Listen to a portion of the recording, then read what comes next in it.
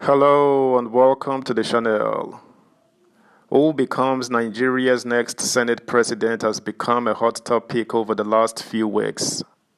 The Senate president, whoever it may be, at the end of this long drawn-out process automatically becomes the country's number 3 man after the president and the vice.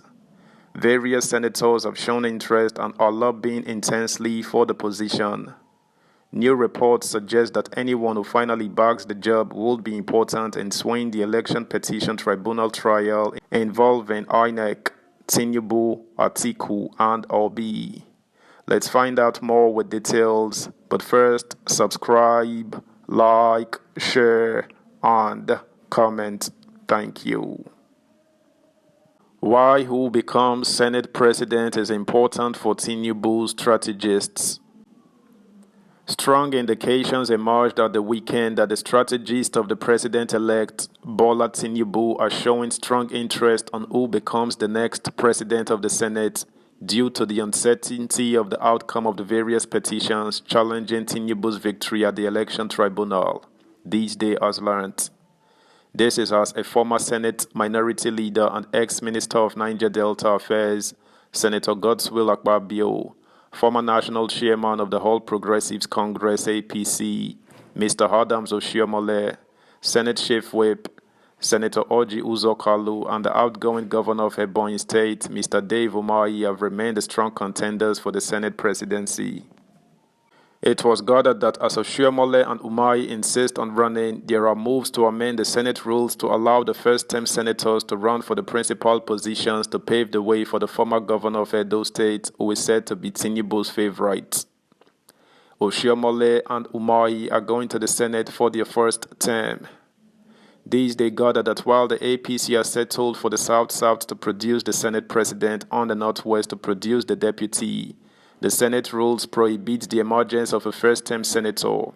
Under the current Senate rules, they are not qualified to run as only a ranking senator is qualified to hold a principal position.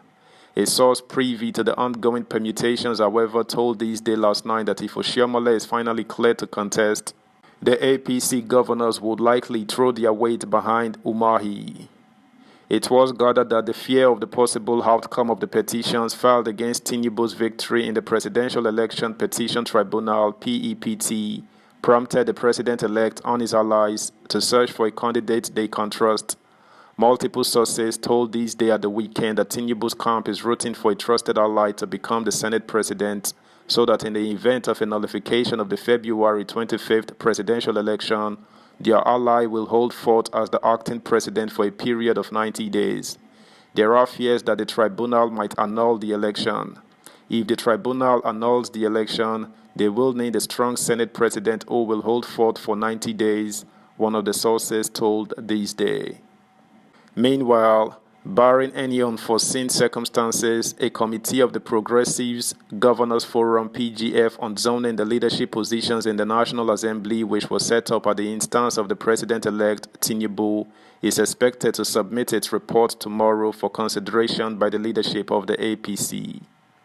This day gathered that Tinubu requested for the setting up of the panel when some governors kicked against the consensus arrangement aimed at micro-zoning the presiding officers' positions at the National Assembly to certain individuals.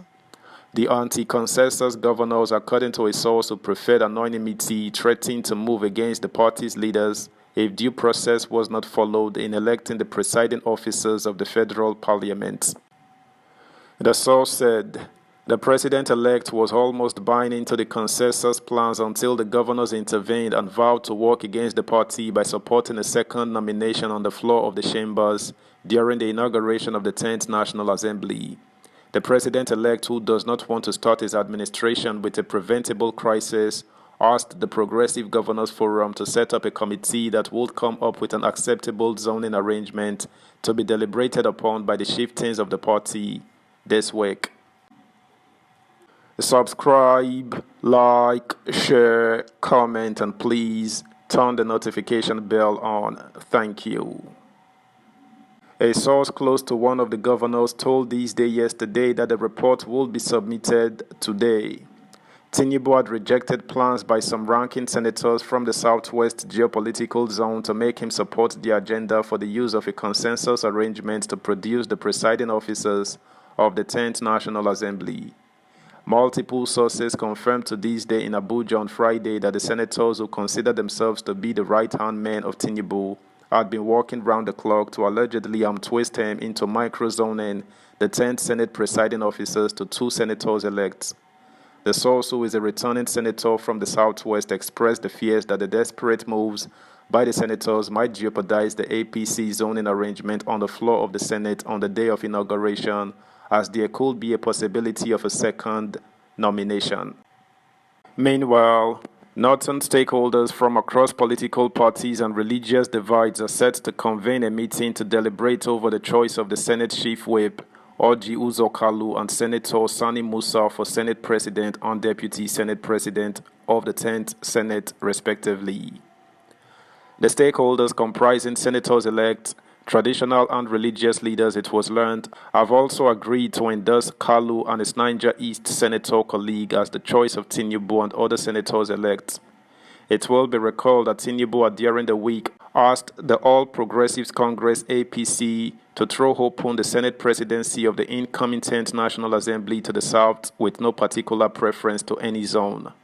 It was also learned that the majority of senators-elect have keyed into the directive, with them expressing confidence in the duo of returning senators Orji Kalu and Sani Musa to occupy the offices of the President and Deputy Senate President of the National Assembly. Flowing from that background, a northern source from the APC leadership, who asked not to be mentioned, revealed that there was still disagreement among the northern stakeholders on who becomes the Senate President. It was learned that some stakeholders still want the North to produce the Senate President, while others counseled against that choice. Those who were opposed to the idea of the North producing the Senate President advised that the office should be zoned to the southeast to give recourse to the nation's tripod of Hausa, Igbo, and Yoruba for the sake of peace and unity of the country. According to the NWC member, the Southeast may have been ignored in the past, and we do not want a situation whereby the incoming government will be faced with a lot of challenges. The political consciousness and awareness in today's Nigeria is one that should not be overlooked. We know we gave the votes, but peaceful governance should also be considered. We will meet and take decisions on the President-elect's decision. We are definitely not against his choice of Senator Orji Uzor Kalu and Senator Sani Musa as President and Deputy President, respectively, because both of them are acceptable to all Nigerians considering their character and personality. But we will also want the President-elect to take serious measures to appreciate the Northwest for their contribution. That's the news, guys. Thanks for listening. Until next time, bye.